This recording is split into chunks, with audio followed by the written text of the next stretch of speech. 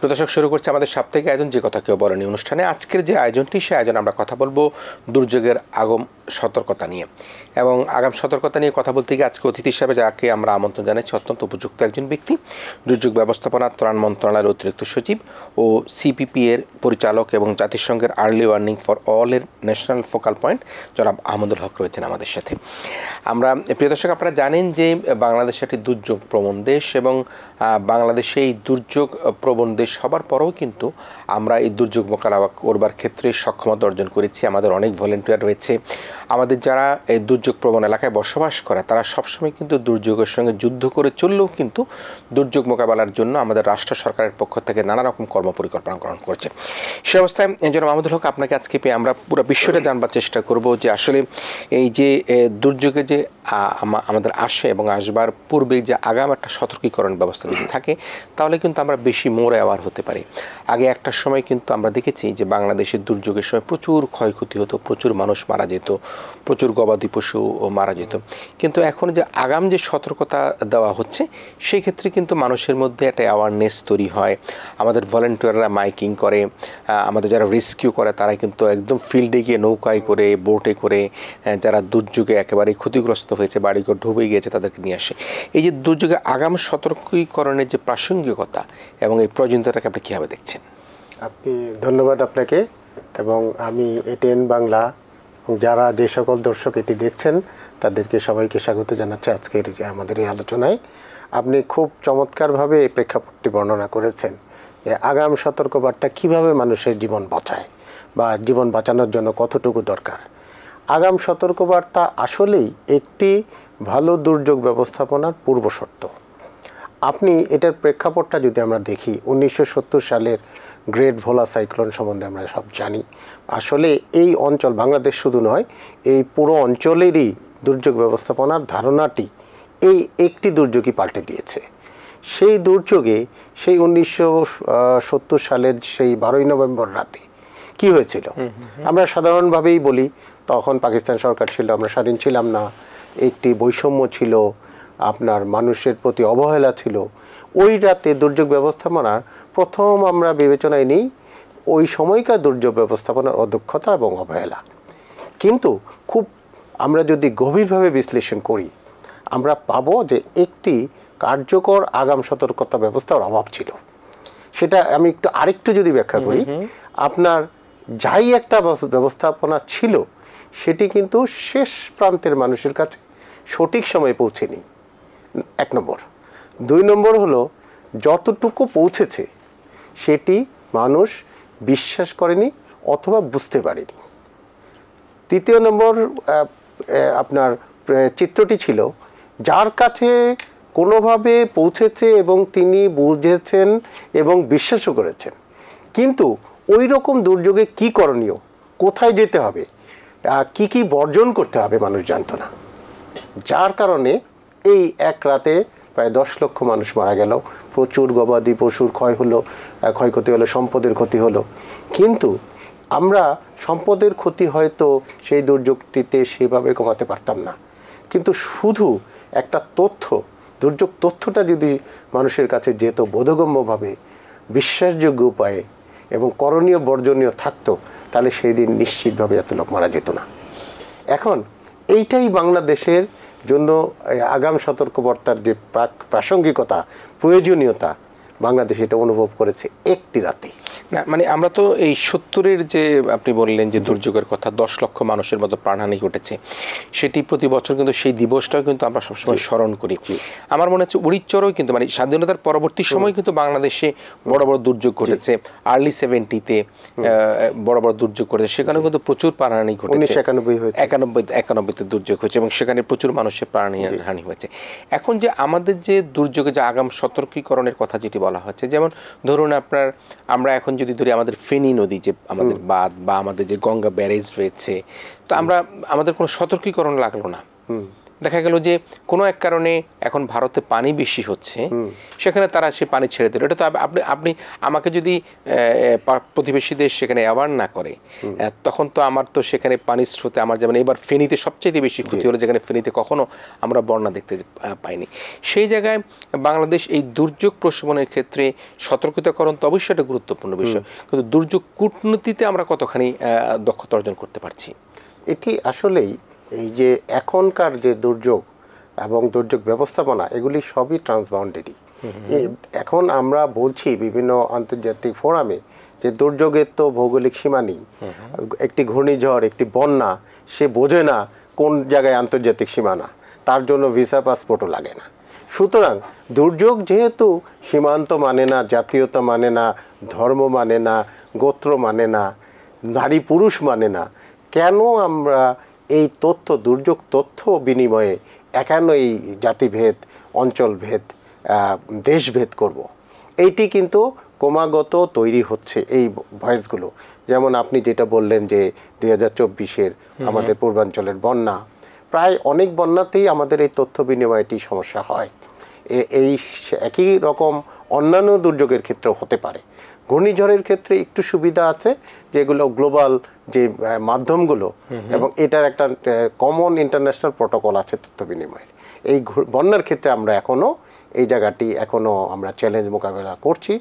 নিশ্চিতভাবেই আন্তর্জাতিক বিশ্ব এটা নিয়ে সোচ্চার, দুর্যোগ ব্যবস্থাপনা কমিউনিটিগুলো সোচ্চার, বাংলাদেশ আমাদের কূটনৈতিকভাবে এগুলো সমাধান করার চেষ্টা করছি। নিশ্চয়ই আমরা এই যে বন্যা বা খরা বা আমাদের পানি চলে আসে, এগুলিকে আমরা কিন্তু একটা বড় দুর্যোগ হিসাবে দেখি। এবং কিন্তু আমরা কিন্তু যে বজ্রপাত যেটি ঘটে, আমরা কিন্তু আমার মনে আছে বেশ বছর 2-3 আগে আমরা দেখেছি এক বরযাত্রা সহ নৌকা নিয়ে প্রায় 40-50 জন যাত্রী সবাই কিন্তু সেখানে নওগাঁতে করেছেন। আপনি নিশ্চয়ই সে বিষয়ে আরও অবগত আছেন। এই যে বজ্রপাতও কিন্তু একটা দুর্যোগের অংশ হিসাবে যদি আমরা বিবেচনা করি, আমরা মেশিন বসানোর কথা, সেই জায়গায় আমরা অ্যাড্রেস করতে পারছি কিনা এখন, বা আমাদের করা উচিত কিনা? আচ্ছা, একটা চমৎকার প্রশ্ন। বজ্রপাত কিন্তু ইতিমধ্যে দুর্যোগ হিসেবে ঘোষিত হয়েছে। এখন আমাদের কিছু কিছু দুর্যোগে যেমন চমৎকার আগাম সতর্কতা পদ্ধতি তৈরি হয়ে গেছে, যেমন ঘূর্ণিঝড় একদম সুস্পষ্ট, এবং বন্যার ক্ষেত্রে আগাম সতর্কবার্তা আছে, যদিও ঘূর্ণিঝড়ের মতো অতটি শ্রেণীবদ্ধ বা সুস্পষ্ট নয়, তারপরেও একটা ভালো ব্যবস্থা আছে। বজ্রপাতে এখন সাম্প্রতিককালে আমাদের আবহাওয়া অধিদপ্তর বজ্রপাতের একটি আগাম সতর্কতা পদ্ধতি, একটি খসড়া তৈরি করেছে। খুব সহজেই আমরা এটি দেখতে পাবো, আগাম সতর্কতা পদ্ধতি আসছে।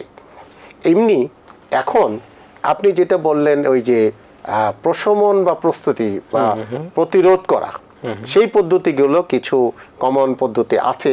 যেটি হলো বজ্রপাতের প্রথম কথাই হলো আপনাকে একটি শেডে থাকতে হবে, উন্মুক্ত স্থানে থাকা যাবে না, কোনো বিপজ্জনক গাছ বা বিদ্যুৎ পোলের ধারে কাছে থাকা যাবে না, এবং যথাসম্ভব জলীয় এলাকা এড়িয়ে যেতে হবে। কিন্তু সমস্যাটা হয় আমাদের হাওর অঞ্চল বা নদীতে মাছ ধরছে, তারা তাৎক্ষণিকভাবে এই আগাম সতর্কতাটা যথেষ্ট আগে না পেলে তারা কিন্তু এই নিরাপদ স্থানে আসতে পারবে না। সেই জন্য যেমন একটি আমাদের দুর্যোগ ব্যবস্থাপনা অধিদপ্তরের মাধ্যমে কিছু প্রকল্প তৈরি হয়েছে, একটি নির্দিষ্ট এলাকা জুড়ে একটা শেড তৈরি করা, যেটি লাইটনিং অ্যারেস্টার বলে, লাইটনিং অ্যারেস্টার স্থাপন করা হয়েছে। সেগুলো এখনও পাইলট ভিত্তিতে, এগুলো আমরা সরকার চেষ্টা করছে এগুলো আরও সম্প্রসারিত করা। কিন্তু তার আগে দরকার একটা ভালো, যথেষ্ট আগে, যত সম্ভব আগে একটি আগাম সতর্কতা দেওয়া। এইগুলিতে আমরা মনে হয় এগিয়ে যাচ্ছি, সহসাই আমরা একটা ফল দেখতে পারি। তাহলে বজ্রপাতকে আমরা এখন আমাদের দুর্যোগের আওতায় সেখানে নিয়ে এসেছি। আমরা যদিও এটি একটু সমালোচনা হয়ে যায় কিনা, আপনি সরকারি কর্মকর্তা, আপনার কাছে আসলে সেই বিষয়টা কতখানি গ্রহণযোগ্য? আমরা এই যে এই বজ্রপাত নিরসন করতে গিয়ে আমরা তাল গাছ লাগাতে গিয়ে দেখেছি যে সেই তালের চারা নিয়ে কী ধরনের অন্যায় হয়েছে, কী ধরনের আর্থিকভাবে সেখানে লুটপাট হয়েছে। সেই জায়গাগুলো আপনি মন্ত্রণালয়ে এসে এমন কোনো কিছু পেয়েছেন কিনা যেটা আসলে আমরা দেশের বা সরকারের অনেক আর্থিক অপচয় করেছি এই দুর্যোগ প্রশমন করতে গিয়ে? আপনি যেটি বলেছেন অবশ্যই কিছু সত্যতা তো বটেই আছে বটে, কিন্তু আপনার তাল গাছ লাগানো বা বড় ধরনের গাছ লাগানো একটি দেশীয় পদ্ধতি, কার্যকর। কিন্তু সেই মুহূর্তে আমাদের বিভিন্ন প্রকল্পগুলোতে এটা একটা অন্তর্ভুক্তি, প্রকল্পগুলোর একটা উপাদান ছিল গাছ লাগানো। কিছু যে সফল হয়নি তা নয়, তবে এটি একটি লং টার্মের প্রজেক্ট। একটা তাল গাছ বড় হতে হতে 20-25 বছর লেগে যায়। হয়তো যা লাগানো হয়েছে তার ফল আমরা আরও 15-20 বছর পরে পাবো, এটা নিয়ে কথা হয়েছিল। এরপরে সরকার কিন্তু এইটাতে আর এগোই নেই। বেসরকারিভাবে মানুষকে আমরা অনুপ্রেরণা দিয়েছি, সচেতনতা দিয়েছি বড় তাল গাছ লাগানো এবং নিধন না করা, কিন্তু সরকারি প্রকল্পে আর এটি আর পরে তাল গাছ নাকি ছাগলে খেয়ে ফেলেছে, সরকারি পরিচর্যা ঠিকমতো করা হয়নি, প্রজেক্টের নামে অর্থ লুট হয়ে হয়েছে, কিছু তো হয়েছেই বটেই, আমি স্বীকার করলাম। সেই জন্যই পদ্ধতিটা ভুল নয়, প্রয়োগকারী যারা তারা নষ্ট করেছে এটা। তার মানে আইডিয়াটা ইজ গুড আইডিয়া, বিকজ তাল গাছ নিশ্চয়ই দেশীয় পদ্ধতি, এটা দেশীয় পদ্ধতি। সুফল হয়তো আমরা বেশ কয়েকদিন পর হলেও পেতাম, কিন্তু অনিয়ম দুর্নীতি হলে সেটি তো আসলে আমরা সেখান থেকে সুফল পেতে কষ্ট। মুজিব কেল্লার কথা যেটা বলা হয় সেখানেও কিন্তু অনিয়মের কথা বলা হচ্ছে। এই যে সাইক্লোন সেন্টার যেখানে করা হচ্ছে সেখানেও অনিয়মের কথা বলা হয়েছে। তো এইগুলোকে আমরা কিভাবে অ্যাড্রেস করতে পারি? ভবিষ্যতে আমরা এগুলি দেখতে চাই না, করতে চাই না, সেই জায়গাটায় কিভাবে দেখেন আপনি? জানেন যে একটা অনিয়ম একটা বড় পরিসরে ছিল। জি, এখন শুধু দুর্যোগ ব্যবস্থাপনা সেটির থেকে মুক্ত থাকবে এটা আমরা মনে করি না। তারপরে এখন বর্তমান যে আমাদের যে সরকার এবং রাষ্ট্র পরিচালনা পদ্ধতিতে এগুলিতে অনেক সংস্কার আনা হচ্ছে। যেমন মুজিব কিল্লাটা এখন নিস্তার কেন্দ্র হিসাবে নতুন নামকরণ করা হয়েছে। এগুলোর আপনার স্থান নির্ধারণের সমস্যা ছিল, যেই দুর্যোগ প্রবণ এলাকায় না করে হয়তো একজন নেতা বা নিজের এলাকায় করে ফেলেছেন। তারপরে শেল্টারগুলোতেও আপনি নির্মাণের ত্রুটির চেয়ে বেশি লোকেশন নির্ধারণটা বেশি বিপজ্জনক, এটি ঘটেছে।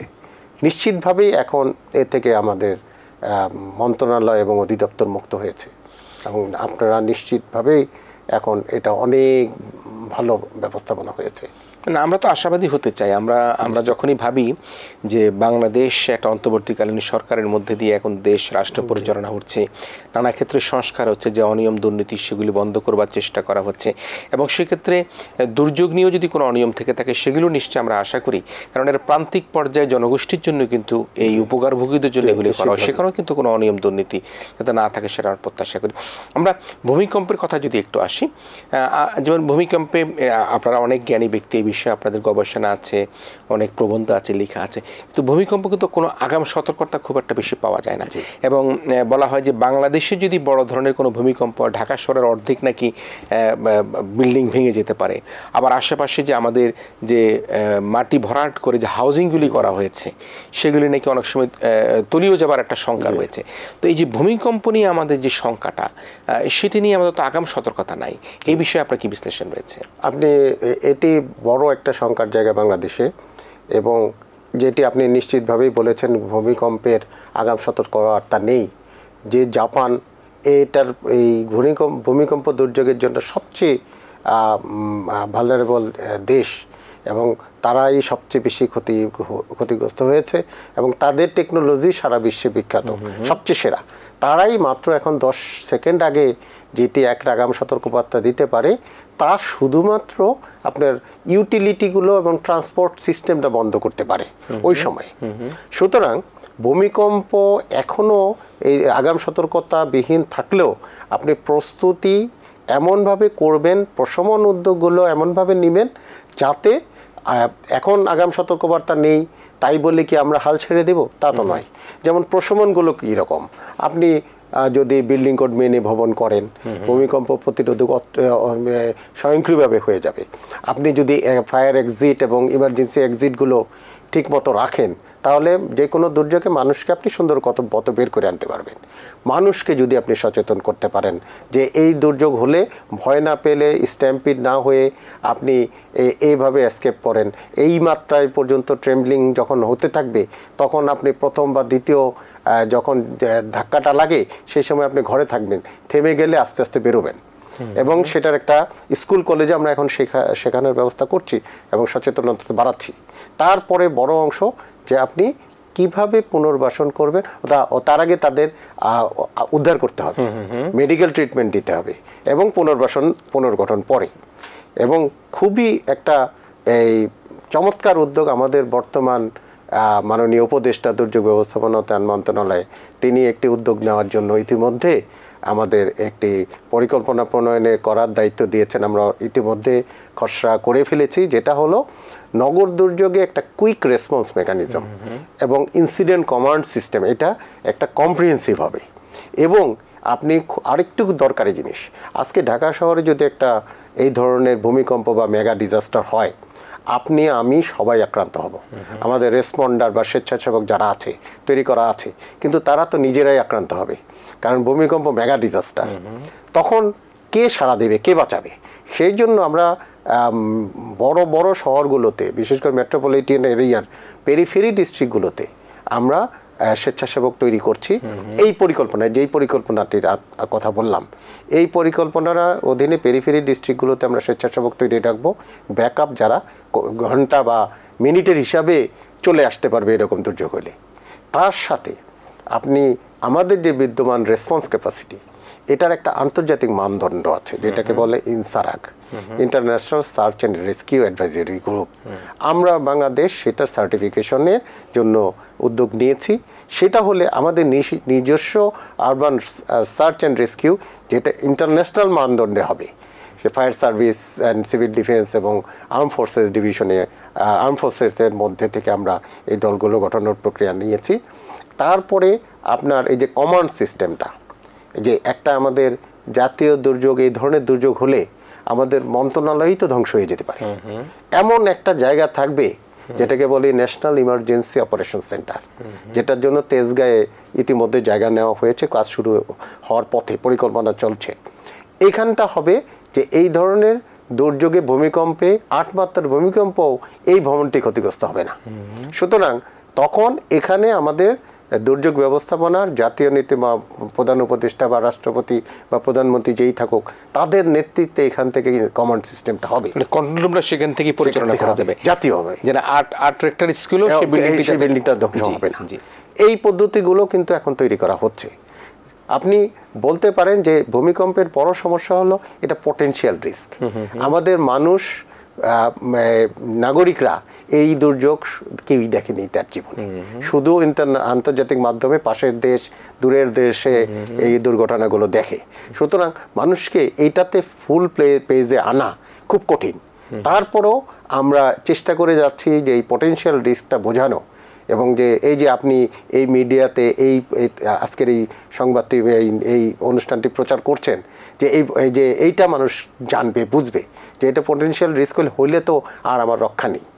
এবং এটার জন্য ওই যে প্রতিরোধমূলক যেই ব্যবস্থাটা বলেছিলাম, যে বিল্ডিং কোড অনুযায়ী ভবন তৈরি করা, এখন যারা তৈরি করে আছে প্রায় বেশিরভাগই এরকম ভবন আছে বিপজ্জনক। এখন সরকার এই উদ্যোগ নিচ্ছে এগুলোকে চিহ্নিত, কালার কোডেড করা, এবং কালার কোডেড করে হয়তো আরও চিন্তা আসছে যে তাদেরকে এইগুলি কালার কোডেড দিলে এখানে যে ভাড়া দিবে বা থাকবে তিনি বিপদটা জানবেন, তখন তিনি এটাকে রেট্রোফিট বা অন্য কোনো মাধ্যমে যদি এটাকে ঠিক করা সম্ভব হয় ঠিক করবে, তা না হলে ভেঙে ফেলে নতুন করে করতে হবে, কারণ এটা তো মানুষের জীবন তো আগে।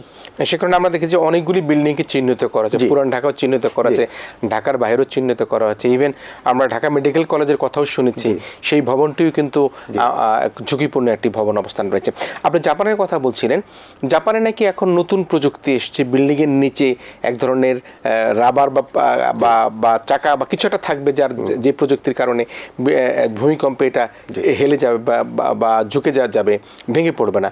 সেই ধরনের প্রযুক্তি কি আমাদের দেশে কতক্ষণ সময় লাগতে পারে বা কত বছর লাগতে পারে, বা আমরা সেদিকে কোনো চিন্তা ভাবনা করছি? আচ্ছা, আপনি এটা হিসাবটা করে দেখেন, এটার জন্য অবশ্যই বহু বিনিয়োগ দরকার। একজন ব্যক্তি নির্মাতা নিশ্চিতভাবেই একটা পটেনশিয়াল রিস্কের জন্য এত বড় বিনিয়োগ করতে চাইবে না। আর আমি বলবো না যে এই জাপানি প্রযুক্তি বা চায়নার ভূমিকম্প প্রবণ এলাকা বা আমেরিকার ক্যালিফোর্নিয়া বা আরও যে ভূমিকম্প প্রবণ, তারা সুনিশ্চিতভাবে ভূমিকম্পে আক্রান্ত হয়, প্রতিনিয়ত ক্ষতিগ্রস্ত হচ্ছে, নেপালে কিছু অংশ আছে।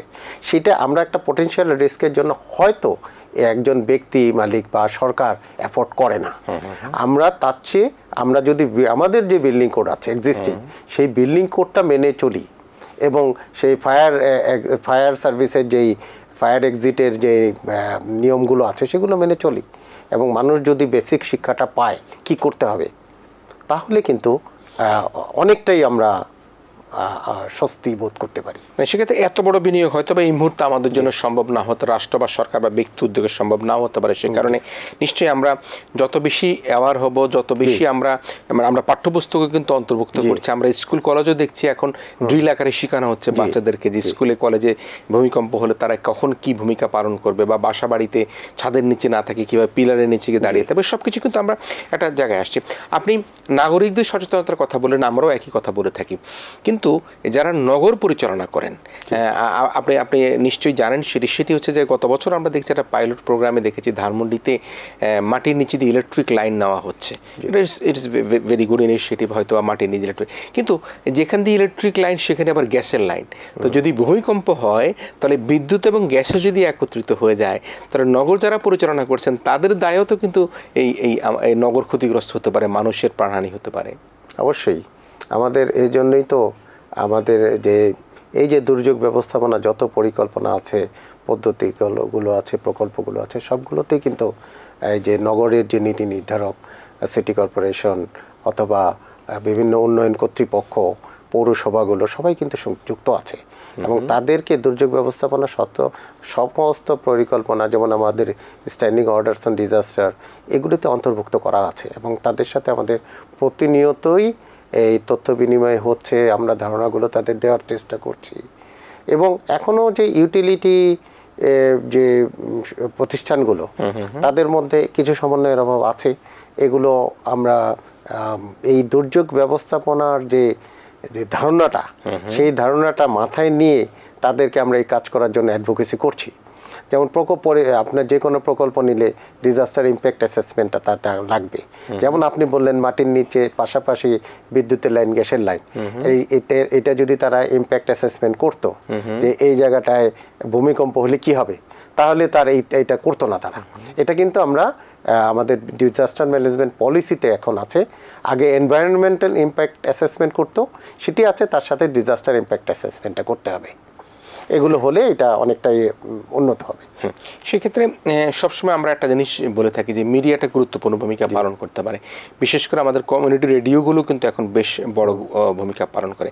আপনি একেবারে আমাদের আয়োজনের এই শেষের দুর্যোগের আগাম সতর্কতা নিয়ে আমাদের দর্শক যারা রয়েছেন তাদেরকে মিডিয়ার ভূমিকা এবং সবাইকে মিলে কিভাবে আমরা এই দুর্যোগ, আমরা ভূমিকম্পই বলি, বন্যাই বলি, আমরা খরাই বলি না কেন, যেটাই বলি না কেন, সব কিছু মিলিয়ে আপনার এই মিডিয়ার ভূমিকা এবং জনগণের এই সচেতনতাকে আপনি শেষ বিশ্লেষণে কিভাবে কথা বলবেন?